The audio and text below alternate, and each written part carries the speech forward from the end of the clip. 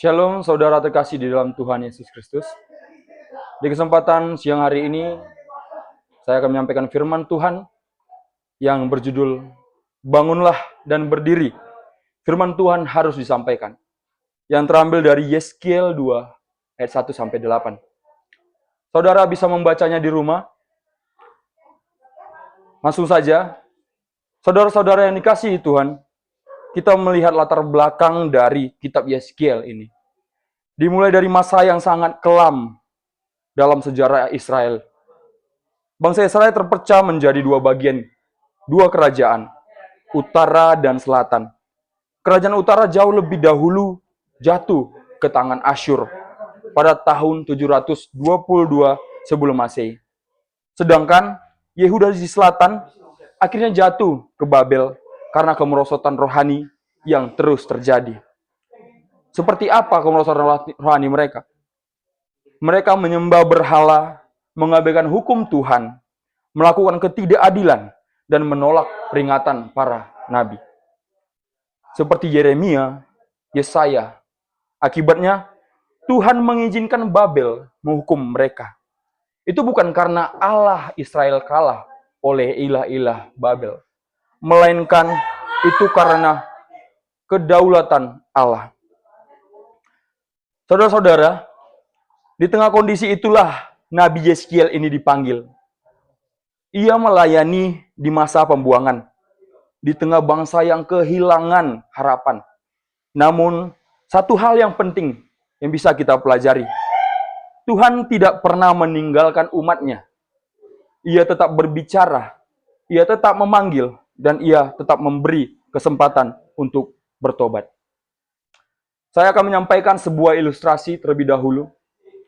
Bayangkan seorang pemuda. Ini adalah seorang pemuda yang biasa dipanggil oleh raja. Ia tidak memiliki kekuasaan. Ia tidak memiliki keistimewaan. Ia tidak memiliki kehebatan. Ia tidak memiliki apa-apa. Namun, saudara-saudara, ia diutus ke tempat pemberontak. Tempat di mana orang membenci suara raja tersebut. Perintah-perintah raja tersebut. Saudara, pada saat itu, ia tidak bisa melakukan apa-apa. Ia hanya bisa sadar bahwa ia diutus tidak untuk berhasil, tetapi ia diutus untuk tetap setia di dalam perintah raja tersebut. Ia memberanikan diri untuk bertanya kepada raja. Saat itu ia bertanya kepada raja, "Apa gunanya jika mereka tidak mendengar perkataanku, Raja?" Raja menjawab, "Supaya mereka tahu bahwa aku tidak pernah berhenti berbicara kepada mereka," yaitu rakyat-rakyatnya, umat-umatnya. Dan akhirnya ia pun berangkat dengan bermodalkan kesetiaan, ketaatan pada perintah raja tersebut. Saudara, itulah gambaran panggilan Yeskiel, dan begitu pun juga dengan panggilan kita saat ini. Kita akan membahas poin per poin. Poin pertama, dipersiapkan dalam panggilan. Kita bisa melihat dari ayat 1 sampai yang ketiga, bisa dibaca di rumah. Ketika Tuhan memanggil Yeskiel untuk bangun berdiri, saudara-saudara, roh Tuhanlah yang menegakkan dia. Ini sangat penting. Ini hal yang sangat penting. Yeskiel tidak berdiri dengan kekuatannya sendiri. Ia berdiri oleh karena roh Tuhan yang menegakkannya. Juga Tuhan menyebutnya anak manusia. Ini bukan simbol, tetapi ini ada makna yang tersembunyi.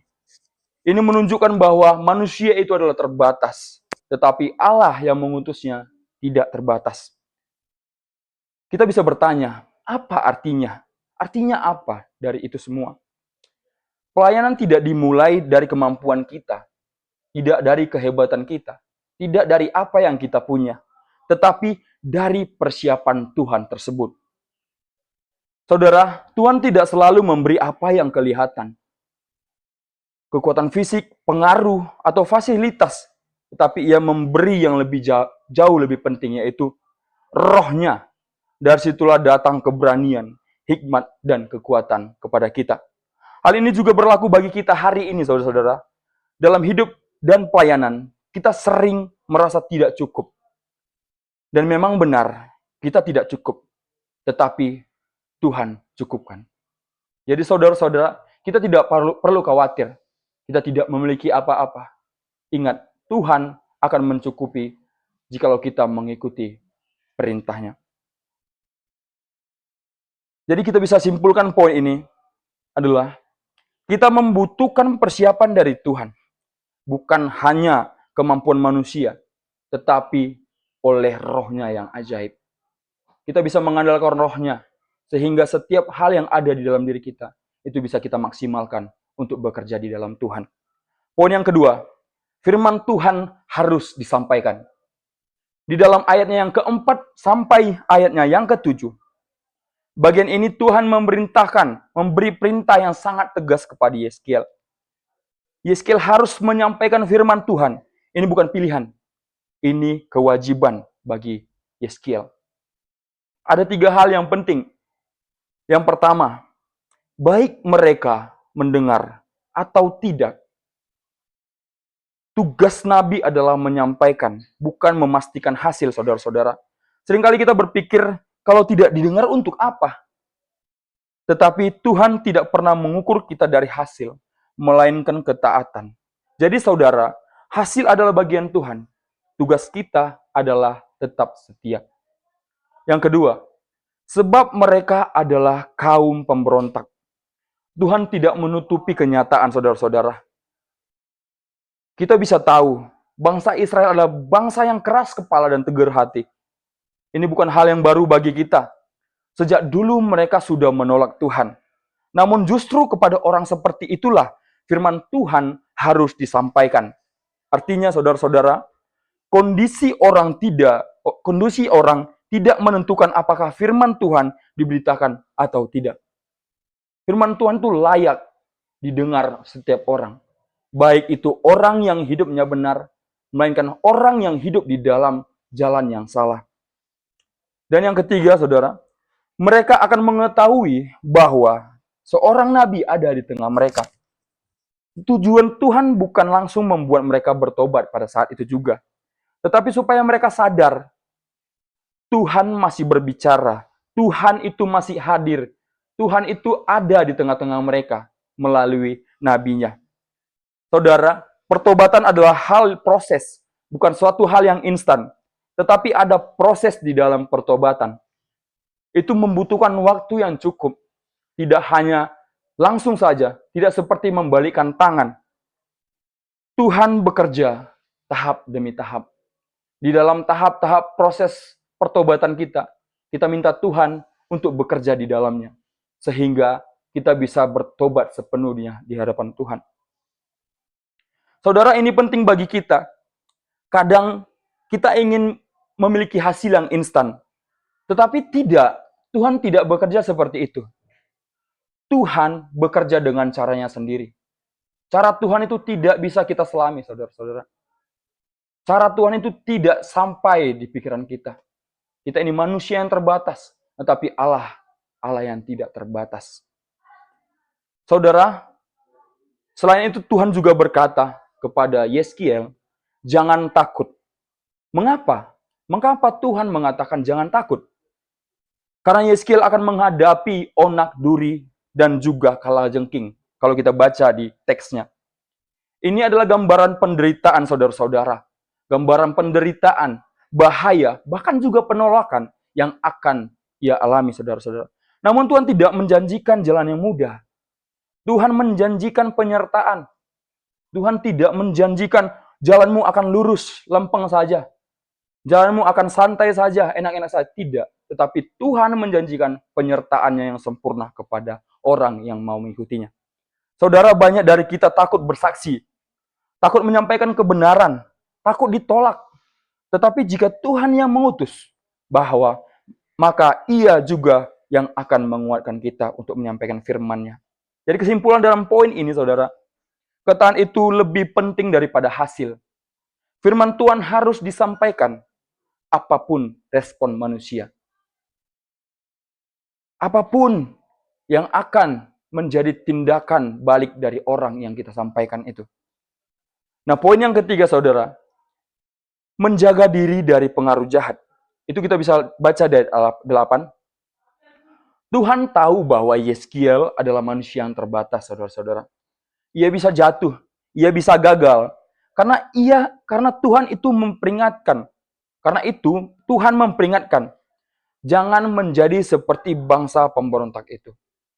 Maksudnya adalah bangsa-bangsa Israel yang terus memberontak terhadap Tuhan melalui nabi-nabinya. Yeskiel diminta memakan gulungan kitab yang berisi ratapan dan penghakiman. Ini melambangkan bahwa firman Tuhan harus benar-benar masuk ke dalam hidupnya Yeskiel. Bukan hanya disampaikan, tetapi dihidupi di dalam hidup pemberitanya.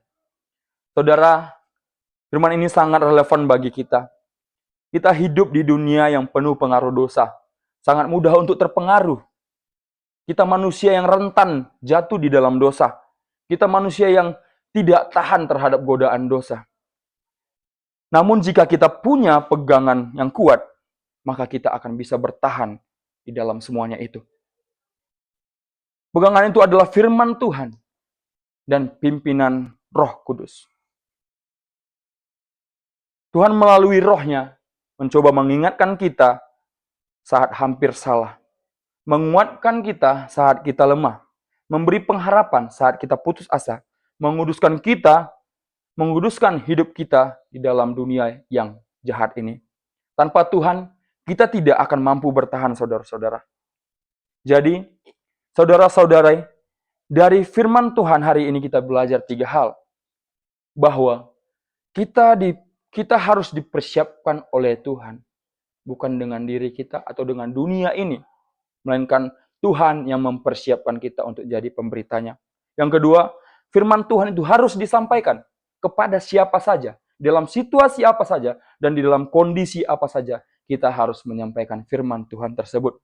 Dan yang ketiga, kita harus menjaga diri dari pengaruh jahat. Kita tahu bahwa dunia ini adalah dunia yang jahat.